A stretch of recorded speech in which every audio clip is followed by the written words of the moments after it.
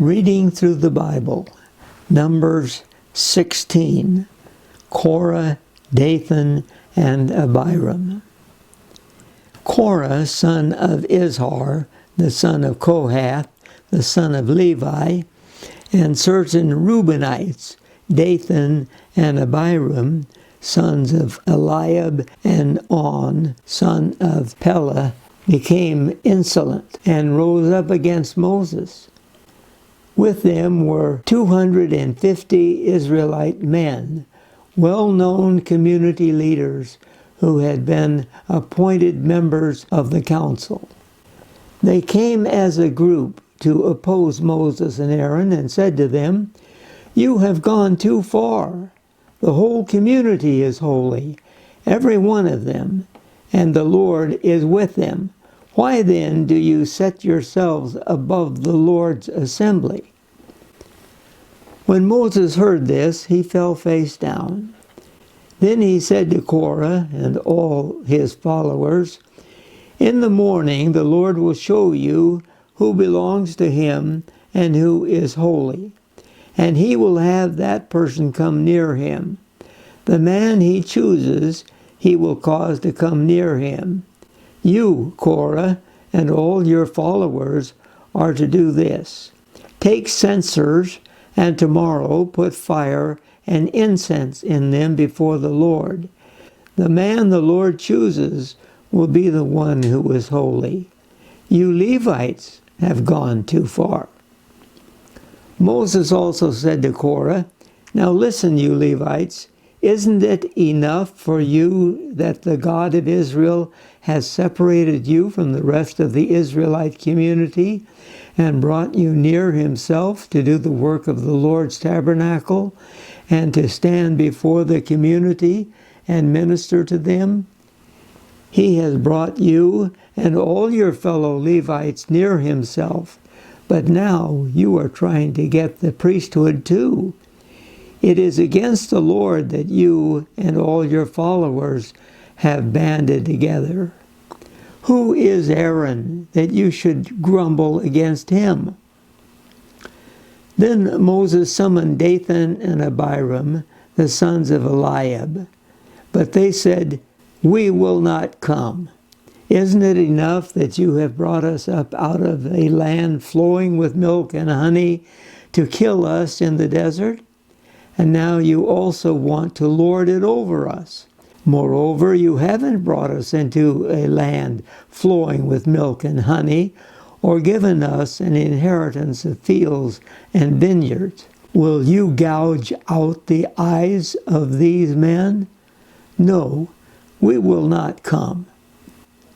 Then Moses became very angry and said to the Lord, "Do not accept their offering. I have not taken so much as a donkey from them, nor have I wronged any of them." Moses said to Korah, "You and all your followers are to appear before the Lord tomorrow, you and they and Aaron. Each man is to take his censer and put incense in it, 250 censers in all, and present it before the Lord. You and Aaron are to present your censers also." So each man took his censer, put fire and incense in it, and stood with Moses and Aaron at the entrance to the tent of meeting. When Korah had gathered all his followers in opposition to them at the entrance to the tent of meeting, the glory of the Lord appeared to the entire assembly. The Lord said to Moses and Aaron, "Separate yourselves from this assembly so I can put an end to them at once." But Moses and Aaron fell face down and cried out, "O God, God of the spirits of all mankind, will you be angry with the entire assembly when only one man sins?" Then the Lord said to Moses, "Say to the assembly, move away from the tents of Korah, Dathan, and Abiram."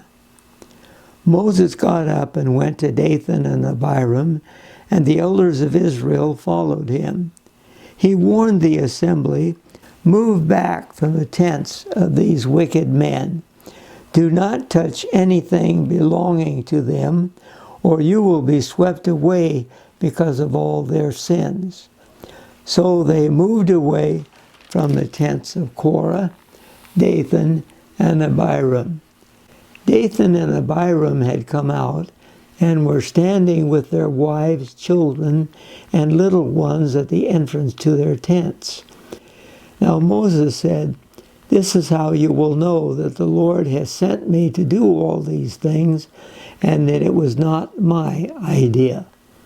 If these men die a natural death and experience only what usually happens to men, then the Lord has not sent me.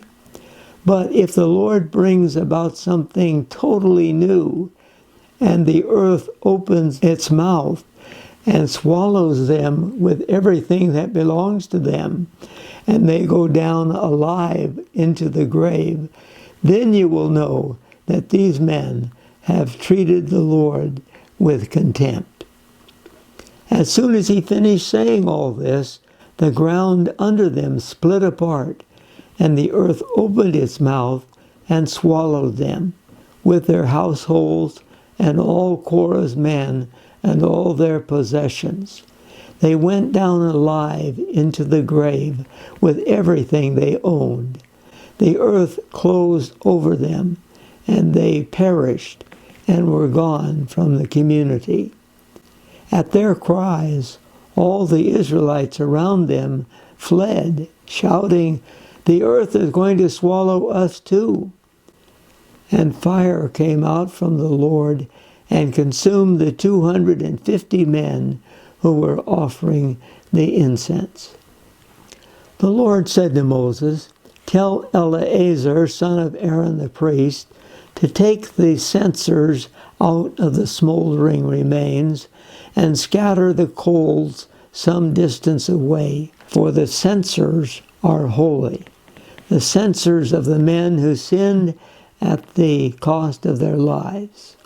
Hammer the censers into sheets to overlay the altar, for they were presented before the Lord and have become holy. Let them be a sign to the Israelites." So Eleazar the priest collected the bronze censers brought by those who had been burned up, and he had them hammered out to overlay the altar, as the Lord directed him through Moses. This was to remind the Israelites that no one except a descendant of Aaron should come to burn incense before the Lord, or he would become like Korah and his followers. The next day, the whole Israelite community grumbled against Moses and Aaron. "You have killed the Lord's people," they said. But when the assembly gathered in opposition to Moses and Aaron and turned towards the tent of meeting, suddenly the cloud covered it, and the glory of the Lord appeared. Then Moses and Aaron went to the front of the tent of meeting, and the Lord said to Moses, "Get away from this assembly, so I can put an end to them at once." And they fell face down. Then Moses said to Aaron, "Take your censer and put incense in it, along with fire from the altar, and hurry to the assembly to make atonement for them. Wrath has come out from the Lord. The plague has started." So Aaron did as Moses said, and ran into the midst of the assembly.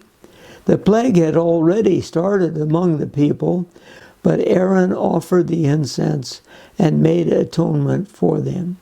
He stood between the living and the dead, and the plague stopped. But 14,700 people died from the plague, in addition to those who had died because of Korah. Then Aaron returned to Moses at the entrance of the tent of meeting, for the plague had stopped. Now, in this chapter, we have many individuals who are citing difficulty with Aaron and Moses. They believe that Aaron and Moses have gone too far. On the other hand, you have Aaron and Moses who accuse them of going too far. And the Lord deals with this by sending fire down in one case, and in the other, the earth opening its mouth and swallowing them whole. And then the plague itself consumed 14,700 people. So the Lord has punished the people for their arrogance and their opposition to Moses and Aaron.